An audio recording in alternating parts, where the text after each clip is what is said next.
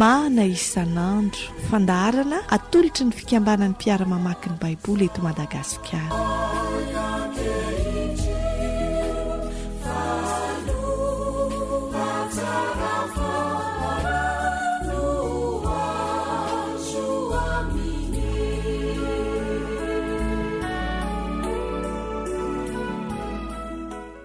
Ho aminao lalandavany ny fahasoavan'ny tompontsika. Tonga eto ny fotoana izay rahantsika misakafo ny mana isan'andro indray isika, ary misaotra anao manaiky hiaraka mihinana izany tenin'Andriamanitra izany. Misaotra an'Andriamanitra isika ry havana fa mampahery atsika ny tenin'Andriamanitra, indrindra ny salamo novakitsika rehetra sy ny donintsika tato ato.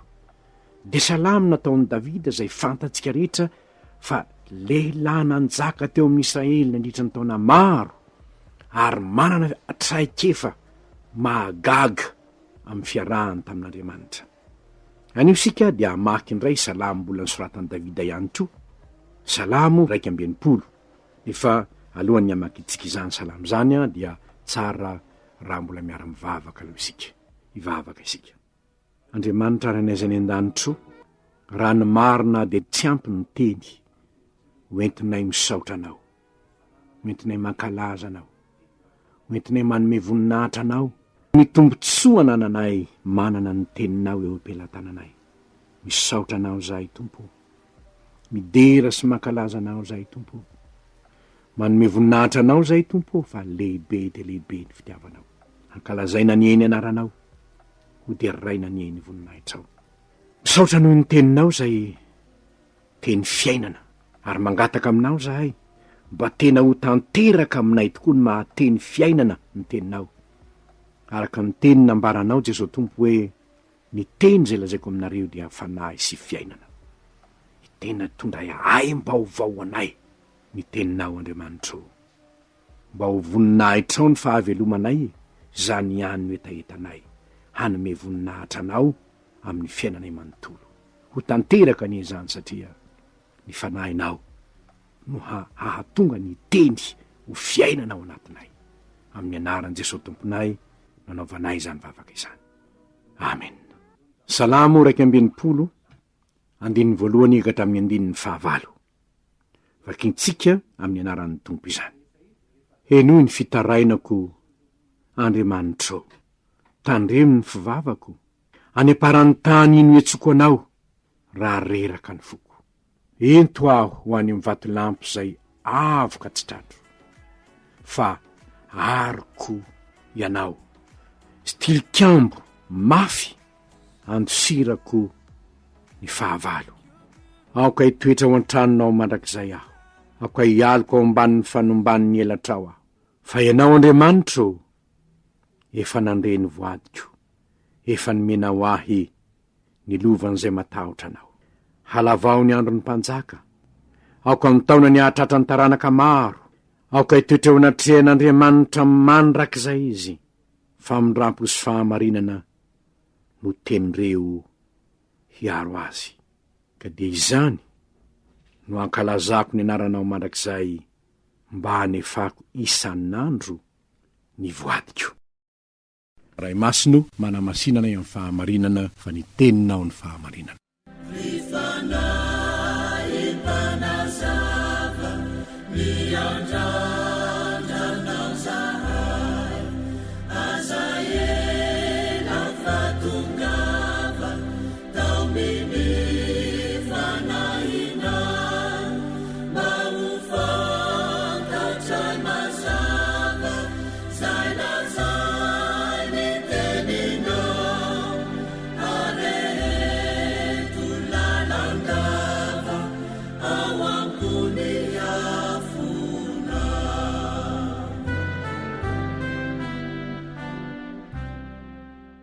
Ity salamo ity ry havana, ny mpandinika dia milaza fa salamo fangatahan'ny mpanjaka efa nandositra mba hampidian'Andriamanitra indray. Fa nga misy mpanjaka nandositra? Eny tompoko, izy mpanjaka nandositra io, ny mpanoratra ihany, Davidy zany. Fa ahoana ny zava-nisy? nikomy taminy eneny zanany, nikomy taminy Absaloma zanany.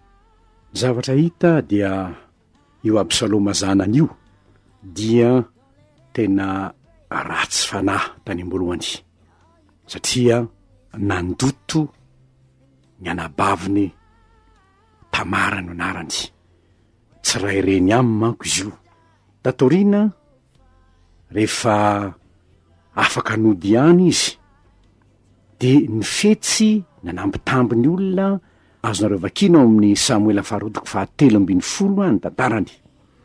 Nanambitamby ny olona teo izy satria te hanjaka isoloan'i Davida izy, ary ny afaka efa taona tamin'izany fanambatambazany olona izany de nikomy tamin'i Davida izy ary nanandra tena ho mpanjaka tany Hebrona.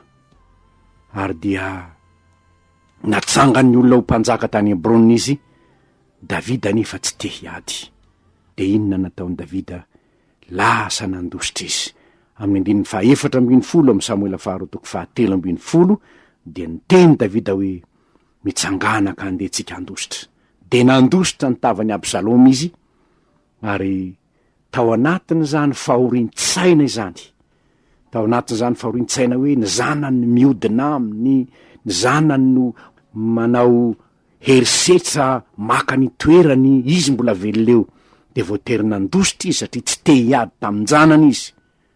Tao anatin'izany no nahatonga azy nanoratra izao salamo izao.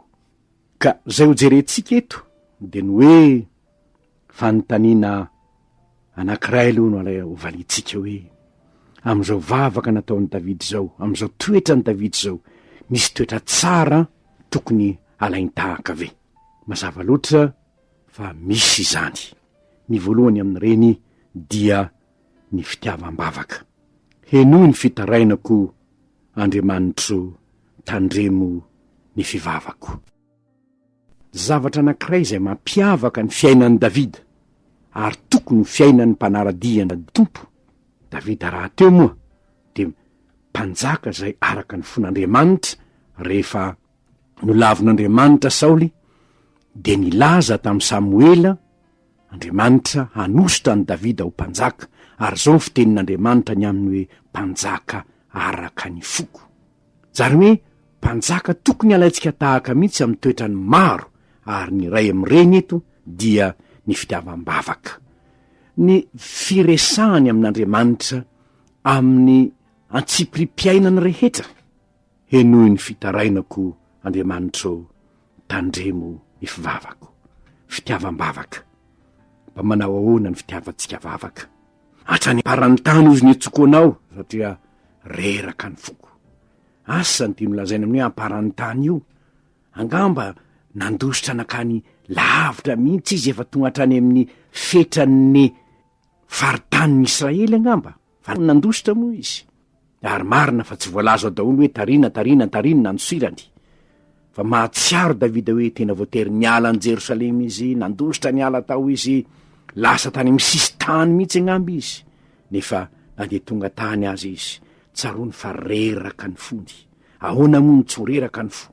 Zanakao nateraka ao zao no miodina aminao, de ataonao ahoana nefa ny iady aminy? Raha ho rafitra aza ny ady, de ataonao ahoana ny hamono ny zanaka nateraka ao?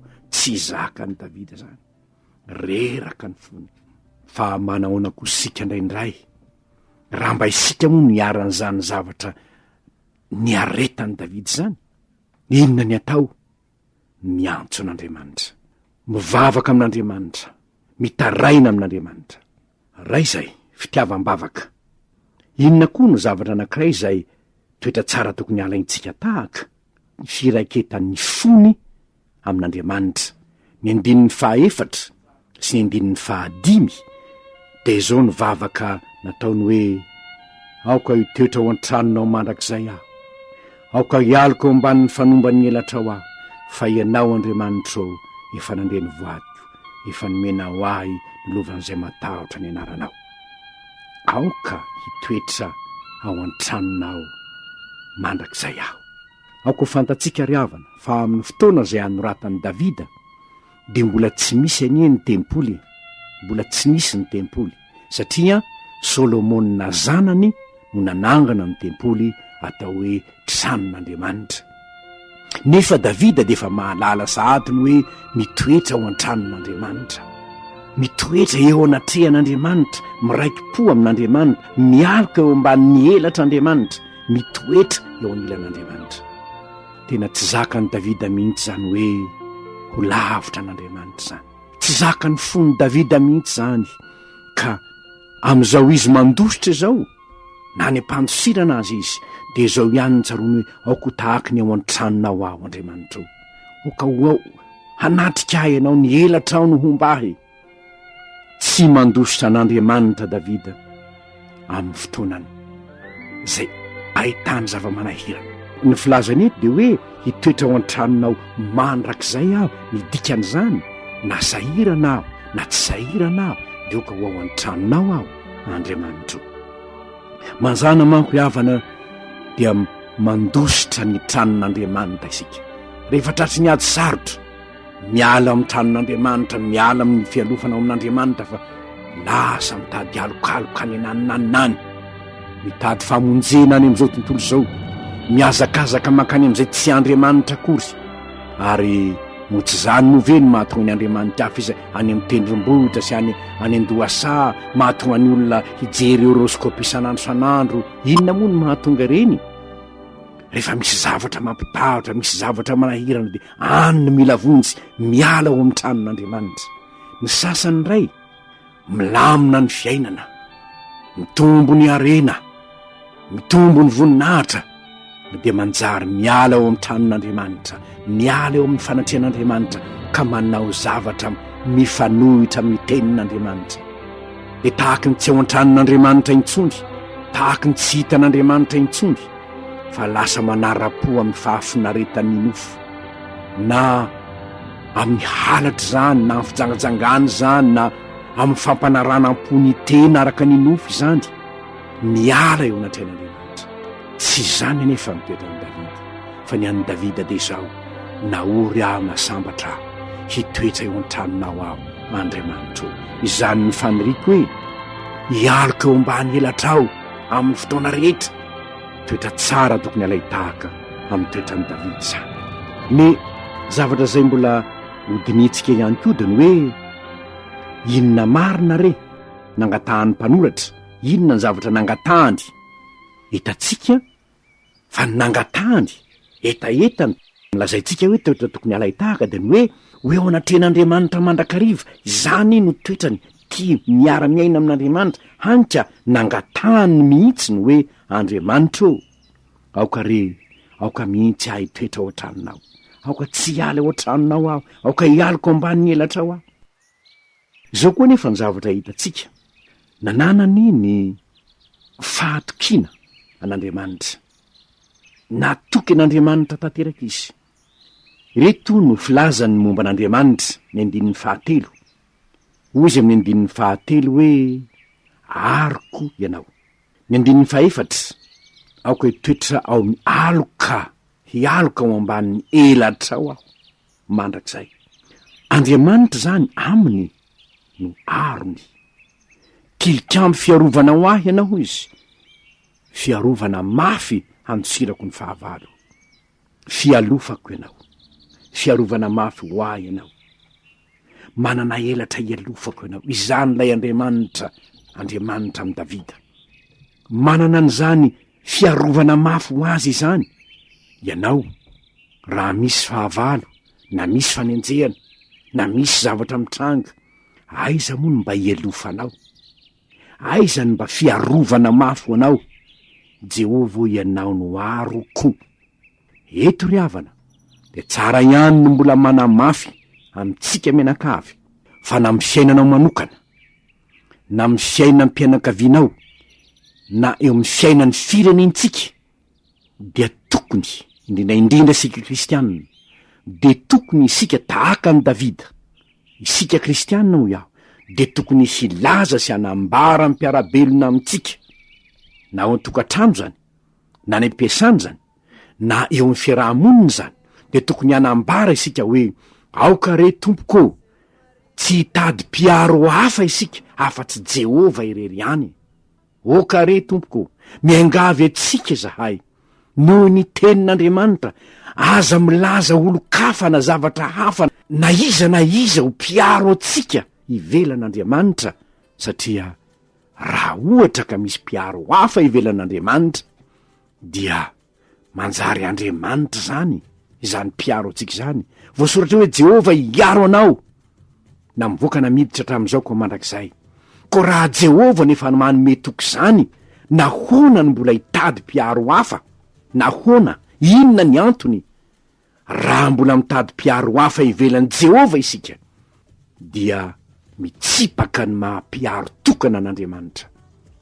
Fa manangana andriamanikafa isika, n'inona filozofintsika, na inona fanazavantsika hoe mpiaro, de milaza amintsika rehetra aho fa manohitra ny tenin'Andriamanitra hoe Jehova no miaro anao na mivoaka na miditra hatramin'izao ka ho mandrakizay.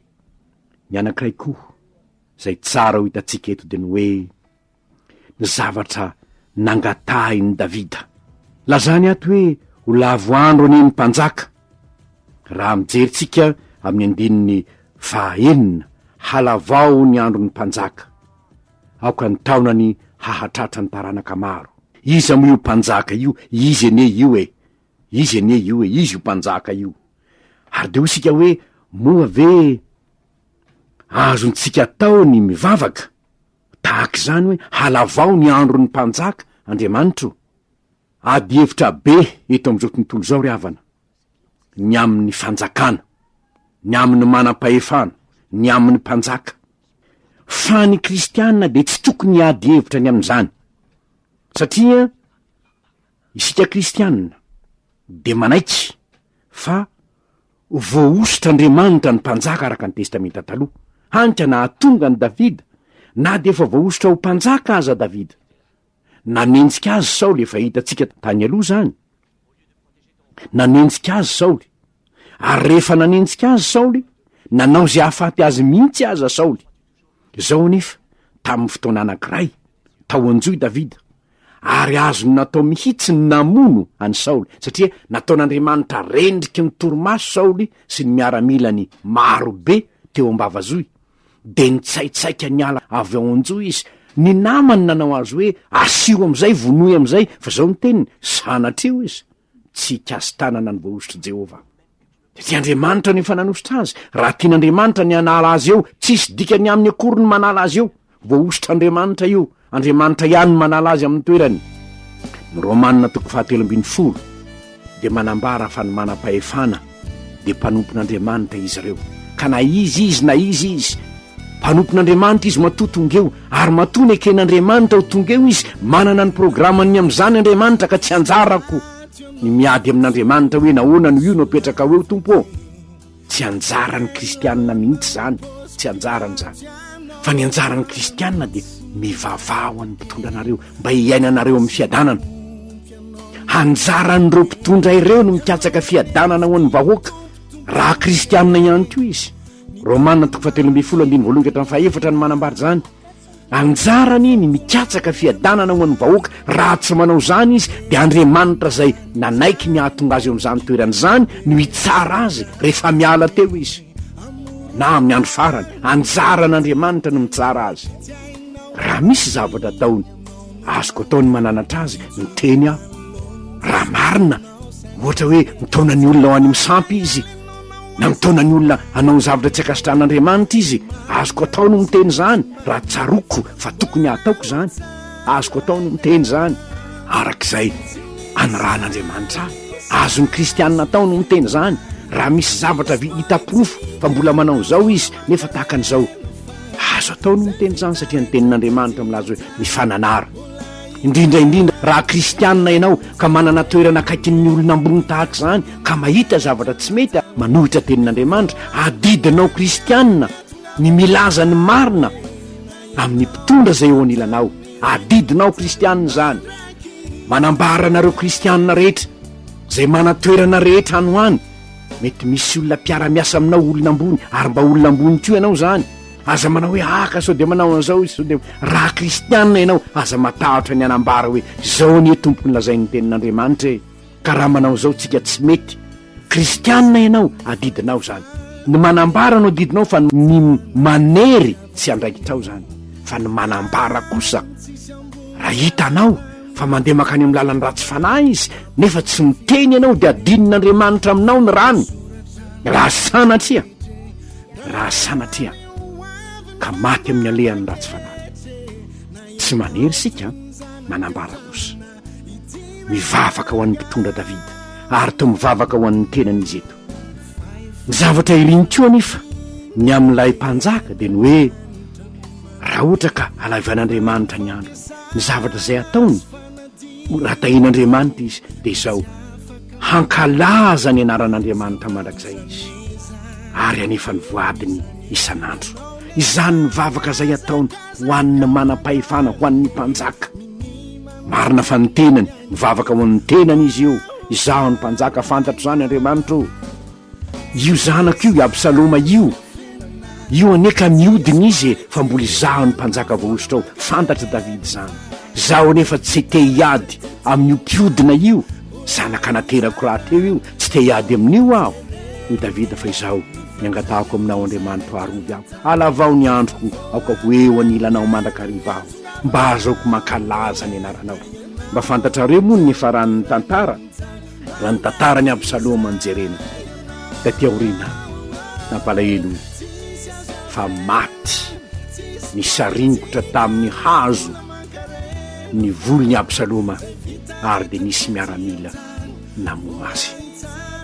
Nitomany Davida raha maty tahaka izany ny farany Absaloma satria nisy miaramila niaro an'i Davida.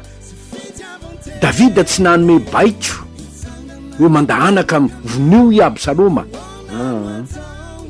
fa Andriamanitra no namaly ny Absaloma amin'ny fiodinany tamin'ny rainy. Ry havana malala, ny zava-dehibe dia ny mivavaka ho an'ny mpitondra ary eto aho dia mpiampirisika antsika kristianina arak'izao tenin'Andriamanitra izao mba hay mivavaka ho an'ny mpitondra firenena isika, ho an'ny manam-pahefana eo amin'ny faritra izay misy atsika, ho an'ny manam-pahefana eo amin'ny firenena izay misy atsika. Anjara antsika kristianina no mivavaka ho an'ireny mpitondra ireny, tsy anjara antsika ny mankahala na iza tsy atompoko. Raha vao manana fankahalana ianao dia tsy tenin'Andriamanitra zany nao anatinao ao satria tsy manana olona tokony hankahalaina isika na iza. Isika kristianina didin'ny tompo amintsika dia fitiavana dia ny fahavalonareo aza ho izy na dia ireo olona mitsangana ho fahavalonareo aza tiava azy reny ianareo. Nahoana no tia azy reny isika ry havana? Satria izao na inona faharatsiny ankehitriny matombo mbola velona izy dia satria mbola tsy sitrak'Andriamanitra ny hafatesany fa ny elany amin'ny lalany ratsy ny mba ho velona izy. Indraindray manko ny tsy fitovikevitra na eo amin'ny setra politika izany na eo amin'ny setry ny fivavahana izany dia mahatonga ny olona sasany hankahalany sasany izay tsy mitovy hevitra aminy. Ny kristianina tsy tokony hanana izany toetsaina izany. Tsy anjarantsika ny mankahalana iza ny hany fahavalontsika dia ny devoly.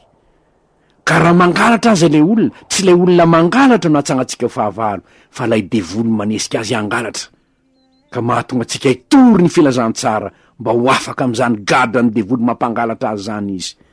Dia hoy ianao hoe zany fitory teninao zany pastera to zavatra nofinofo zany ianao zany. Tsy nofinofo tompoko fa baiko ny men'ny tompontsika raha kristianina ianao no tiavana dia ny fahavalonareo azy mivavaho an'izay manenjika anareo. Mainka moa fa raha manam-pahefana fantatrao ekenao fa ny fahefana izay misy dia eken'Andriamanitra matoa misy ary rehefa tonga eo amin'izany toeran'izany le olona Andriamanitra no anadina azy amin'ny hoe raha afaka efa taona aneka ho adinin'Andriamanitra aminy ny fahefana nomen'Andriamanitra azy satria izao voafetra ny hoe efa taona izy neo na 5 taona izy neo rehefa afaka izay ka miala teo izy Andriamanitra zany nanome azy zany fahefana zany no anadina azy hoe ahoana ny nampiasanao ny fahefana nampindramiko anao. Ary na tsy eto tany aza no adinin'Andriamanitra ny amin'izany izy hadinin'Andriamanitra ny amin'izany izy rehefa tonga ny fotoana tsy maintsy tsarana ny zava-miafina rehetra izay natao na ny soa na ny ratsy.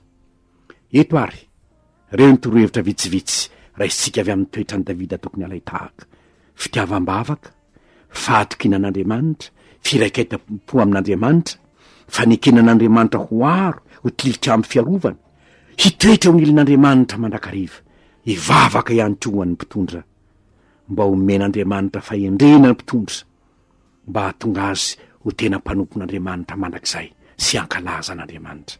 Hoy izany anieny manam-pahefana mandreza ho afatra izao, olona vonina ankalaza an'Andriamanitra, ahatsiaro tena fa mpanompon'Andriamanitra, hanasoa ny vahoaka ka dia ho sambatra ny firenena manana mpitondra mahatsiaro tena ho mpanompon'Andriamanitra, hanompo ny vahoaka, hanao izay ahasoa ny vahoaka. Dia ho voninahitr'Andriamanitra ny i Madagasikara manana mpitondra tia an'Andriamanitra. Ivavaka isika. Misaotra anao izay Andriamanitra noho ny teninao nomenao anay androany. Mampahatsiaro anay ny toetran'i Davida, ilay tia vavaka, manana firaiketam-po tanteraka aminao, ka na dia nienjeny zanany aza tsy nisaraka taminao, na dia nitandondoza noho ny fiodinany zanany aza dia nivavaka taminao. Andriamanitra, mangataka aminao koa zahay ho an'ny mpitondra anay, mba ho mpitondra matahotra anao no mpitondra ny Madagasikara, mba hiedana ny vahoaka ary aza honay mankalaza ny anaranao, ho mpitondra manome voninahitra anao any ny mpitondra ny Madagasikara, na inona toerana misy azy, amin'ny anaran'i Jesosy tomponay no angatana izany. Amen.